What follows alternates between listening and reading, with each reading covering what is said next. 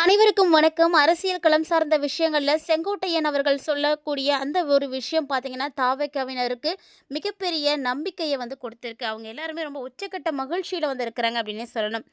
தற்போது தமிழக அரசியல் களம் ஒரு மிகப்பெரிய மாற்றத்தை எதிர்நோக்கி காத்துட்ருக்குங்க. காலங்காலமாக நிலை பெற்றிருக்கக்கூடிய திராவிட கட்சிகள் ஆதிக்கத்தை அசைத்து பார்க்கக்கூடிய வகையில தாவேக்கா இப்போ அடியெடுத்து வச்சிருக்கு அப்படின்னு சொல்லணும். இவங்களுடைய ஒவ்வொரு அடியுமே பார்த்தீங்கன்னா, மிகப்பெரிய அளவுல தாக்கத்தை ஏற்படுத்தும் அப்படின்னே சொல்லியிருக்கிறாரு. அதாவது திராவிட கோட்டைகள் அப்படின்னு சொல்லக்கூடிய இந்த 2 கட்சிகளையும் வீழ்த்தக்கூடிய அளவுக்கு விஜயினுடைய எழுச்சியானது இருக்கு அப்படின்னு தாங்க சொல்லணும். குறிப்பா அடித்தட்டு மக்களிடம், இளைஞர்களிடமும் தாவேக்காவுக்கு கிடைத்திருக்கக்கூடிய வரவேற்பு பார்த்தீங்கன்னா, மிக பெருசா இருக்கு. பாரம்பரிய அரசியலில் ஊறிப்போன பெரிய கட்சிகள் யோசிக்க வச்சிருக்கு. இதுவரைக்கும் தமிழக அரசியல்ல மாற்றத்தை விரும்பியவர்களுக்கு ஒரு வலுவான மாற்றாக தாவேக்கா உருவெடுத்திருக்கு அப்படின்றது நிதர்சனமான ஒரு உண்மையாகவே இருக்குங்க. இந்த எழுச்சியானது வெறும் உணர்ச்சிகரமானதாக மட்டும் இல்லாம திராவிட கட்சிகளுடைய வாக்கு வங்கியில ஒரு விரிசலை உண்டாக்கும் அளவுக்கு தீவிரமாக இருக்கு அப்படின்னே சொல்லணும். தாவேகா கட்சியினுடைய கொள்கைகளும் அதன் செயல்பாடுகளும் சோசியல் மீடியாவை தாண்டி வீதிக்கு வந்திருக்கக்கூடிய நிலையில இது தேர்தல் களத்துல மிகப்பெரிய அளவு தாக்கத்தை ஏற்படுத்தும் அப்படின்றது எப்போது இருக்கக்கூடிய பிரதானமான விவாதமா இருக்குங்க. ஆளும் தரப்பு மற்றும் எதிர்க்கட்சிகள் என இருமுனைகளிலும் உள்ளிட்ட திராவிட இயக்கங்கள் தாவேக்கினுடைய வரவை மேலோட்டமாக சாதாரணமாக காட்டிட்டு இருக்காங்க. இருந்தாலுமே கூட உள்ளுக்குள்ள ஒருவித பதற்றத்துல தாங்க இருக்கிறாங்க. அவங்களுடைய ஒரு சிலருடைய பேச்சுக்கள் மூலமாகவே அது நல்லா தெரியுது. இத்தனை காலமும் தாங்க கட்டியமைத்திருந்த அரசியல் பிம்பம் ஒரு புதிய சக்தியால் கேள்விக்குள்ளாக்கப்பட்டு இருக்கிறத பார்த்து அவங்களால ஜீரணிக்க முடியல அப்படின்னு தான் சொல்லணும். ஒரு சாதாரண அரசியல் வருகை மட்டும் இல்லாமல் தமிழக அரசியலில் ஒரு புதிய அத்தியாயத்தினுடைய தொடக்கமாகவே தாவேக்கா செயல்பட போகுதுங்க.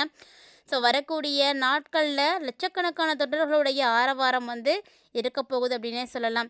நேற்று வெளியிட்டிருக்கக்கூடிய எக்ஸிட் போல்களிலுமே தாவேக்கா ஏற்படுத்தி இருக்கக்கூடிய தாக்கத்தை அறிய முடியுது. தாவேக்கா சுமார் 11 முதல் 15% வாக்குகளை பெற்றிருப்பதாகவும் இதன் மூலம் தமிழகத்தினுடைய 3வது பெரிய சக்தியாக உருவெடுத்திருப்பதாகவும் புள்ளி விவரங்கள் தெரிவிக்கின்றன. ஒரு சில தொகுதிகளில் தாவேக்கா பெற்ற வாக்குகள் வெற்றி தோல்வியை தீர்மானிக்கக்கூடிய முக்கிய காரணியாக மாறியிருக்குங்க.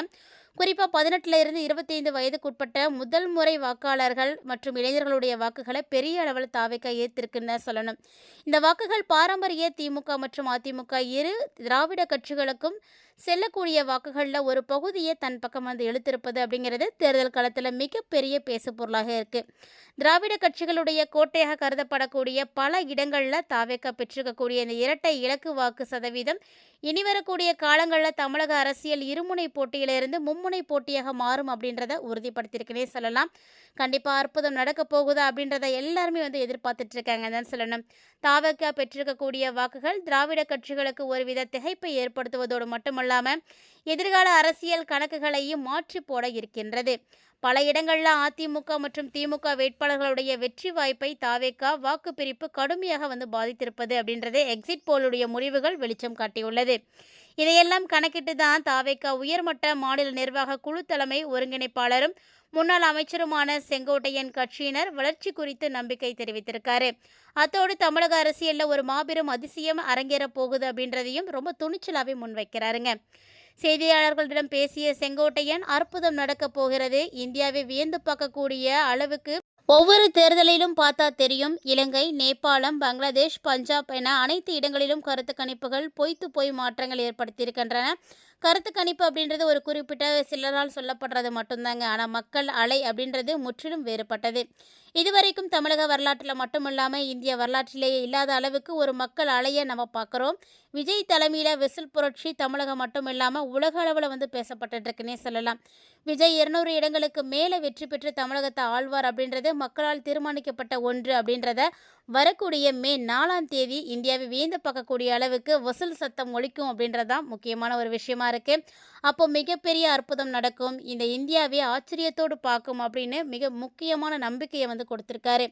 நேற்றைய எக்ஸிட் போல் தந்தலுடைய கணிப்பு சரி, செங்கோட்டையன் இந்த விரிவான பேட்டையும் சரி, தாவேக்கா தொண்டர்கள் மத்தியில் ஒரு புதிய உற்சாகத்தையும் எதிர் முகாம்களிலுடைய பெரிய அதிர்ச்சியும் ஏற்படுத்தியிருக்கு. ஆனால் எது நிஜமான கள நிலைமை அப்படின்றது இன்னும் 4 நாளில் தெரிஞ்சிடும், பொறுத்திருந்து பார்க்கலாம்.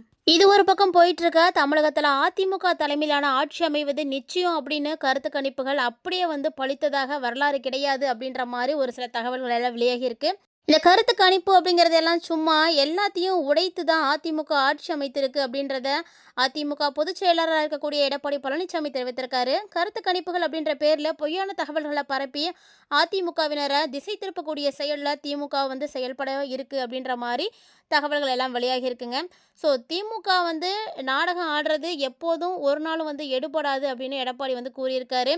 ஸோ நடந்து முடிந்திருக்கக்கூடிய தமிழக சட்டமன்ற பொது தேர்தலில் 23/4/2026 அன்னைக்கு தமிழ்நாட்டில் நல்லாட்சி மலர வேண்டும் அப்படின்றதுக்காகவே கடும் வெயிலையும் பொருட்படுத்தாமல் காலையில் 7 மணிலேருந்து மாலை வரைக்கும் வரிசையில் நின்று தமிழக வரலாற்றில் முன் எப்போதுமே இல்லாத அளவில் மிக அதிகமான வாக்குப்பதிவை வந்து செய்திருக்காங்க தமிழக மக்கள். ஸோ இந்த தமிழக வாக்காளர் பெருமக்களுக்கு எனது நெஞ்சார்ந்த நன்றிகளை வந்து தெரிவித்துக்கிறேன் அப்படின்னு சொல்லியிருக்காருங்க. இரவு பகல் பாராமல் கடும் வெயிலையும் பொருட்படுத்தாமல் வாக்குப்பதிவு நாள் வரை சுற்றி சுற்றி சுழன்று பணியாற்றிய அதிமுக மற்றும் கழகத்தின் தலைமையான எல்லா விதமான பணியாளர்களுக்குமே தன்னுடைய நன்றியை வந்து சொல்லியிருக்காரு. பாஜக, பாட்டாளி மக்கள் கட்சி, அமமுக, தமிழக மாநில காங்கிரஸ், புரட்சி பாரதம், இந்திய ஜனநாயக கட்சி, புதிய நீதி கட்சி, தமிழக மக்கள் முன்னேற்ற கழகம், பெருந்தலைவர் மக்கள் கட்சி, சிங்க தமிழர் முன்னேற்ற கழகம் உட்பட நமது கூட்டணியில் இடம்பெற்றுள்ள அனைத்து கட்சிகளுக்கும் ஆதரவு அளித்த கட்சி தலைவர்களுக்கும் நிர்வாகிகளுக்கும் தங்களுடைய ஆதரவு அளித்த அனைத்து அமைப்புகளுக்குமே நெஞ்சார்ந்த நன்றியை தெரிவித்துக்கிறேன் அப்படின்னு எடப்பாடி பழனிசாமி அவர்கள் தன்னுடைய நன்றியை வந்து சொல்லியிருக்காரு. அதிமுக தலைமையிலான தேசிய ஜனநாயக கூட்டணி வேட்பாளர்களுடைய வெற்றிக்காக தேர்தல் பிரச்சாரம் செய்த பிரதமர் மோடிக்கு தன்னுடைய நெஞ்சார்ந்த நன்றியை வந்து தெரிவித்திருக்காருங்க. தமிழ்நாடு சட்டமன்ற பொது தேர்தலுக்கான வாக்குப்பதிவு 23/4/2026 அன்னைக்கு நடந்து முடிஞ்சிருக்கக்கூடிய நிலையில் 4/5/2026 அன்னைக்கு வாக்கு எண்ணும் பணி நடைபெற இருக்கு. இதற்காக அனைத்து இந்திய அண்ணா திராவிட முன்னேற்ற கழகம் சார்பிலும் கூட்டணி கட்சிகள் சார்பிலும் முகவர்களாக நியமிக்கப்பட்டிருக்கக்கூடிய அனைவரும் மிகுந்த கவனத்தோடும் விழிப்புணர்வோடும் பணியாற்றி வெற்றி கனிய கண்டிப்பாக அடைவோம் அப்படின்னு அவர் சொல்லியிருக்காங்க. தமிழக சார்பிலும் கூட்டணி கட்சிகள் சார்பிலும் நியமிக்கப்பட்டிருக்கக்கூடிய வாக்கு எண்ணிக்கை முகவர்கள், அதாவது கவுண்டிங் ஏஜென்ட் எல்லாருமே அன்னைக்கு வாக்கு எண்ணிக்கை மையங்களில் எல்லா சுற்று எண்ணிக்கையும் நிறைவடைந்து முடிவுகள் அறிவிக்கப்பட்ட பின்னர் தான் அங்கேருந்து வெளியில் வரணும் அப்படின்னு சொல்லியிருக்காரு. தமிழகத்தினுடைய சார்பிலும் கூட்டணி கட்சிகள் சார்பிலும் போட்டியிடக்கூடிய வேட்பாளர்கள் மற்றும் அவர்களுக்கென நியமிக்கப்பட்டிருக்கக்கூடிய சீஃப் ஏஜென்ட்களும் தங்களுக்கான வாக்கு எண்ணும் மையங்கள் வாக்கு எண்ணும் பணி முறையாக நடைபெறுகிறதா அப்படின்றத விழிப்போடு கண்காணிக்க வேண்டும், வெற்றி நமதே என்று பதிவிட்டிருக்காரு. தமிழ்நாட்டை 2 கட்சிகள் மட்டுமே ஆண்டு வந்துட்டு இருக்கக்கூடிய நிலையில் இப்போது மும்மொழி கட்சியாக 3வதாக ஒருத்தர் வந்து நுழைஞ்சிருக்காரு. ஸோ தவாக தலைவர் விஜய் அவர்களுடைய முன்னேற்றம் எந்த அளவுக்கு இருக்கும், அதிமுக வெற்றி பெறப்போகுதா, திமுக வெற்றி பெறப்போகுதா, இதை எல்லாத்தையுமே நம்ம இன்னும் 2-3 நாட்கள் பொறுத்திருந்து மட்டுமே வந்து கவனிக்கப்பட வேண்டி இருக்குங்க. ஸோ எந்த ஆட்சி அமைந்தால் நம்முடைய நாட்டுக்கு நல்லது அமையும் அப்படின்னு நீங்கள் நினைக்கிறீங்க அப்படின்னு மறக்காமல் வந்து கமெண்ட் பண்ணுங்கள். திமுக, அதிமுக அப்படின்ற 2 கட்சிகளால் மட்டுமே ஆளப்பட்டு இருந்த இந்த நாட்டில் இப்போது 3வதாக வசூலடிக்கக்கூடிய சத்தம் எங்கெங்கும் கேட்குமா அப்படின்றத இன்னும் ஒரு சில நாள்கள் நம்ம பொறுத்திருந்து பார்த்தாலே தெரிஞ்சுக்கலாம். ஸோ காத்திருப்போம் என்ன நடக்க போகுது அப்படின்றத. தொடர்ந்து இது மாதிரி அரசியல் தகவல்களை பார்க்குறதுக்கு சேனலை சப்ஸ்கிரைப் பண்ணிவிட்டு ஃபாலோ பண்ணிக்கோங்க.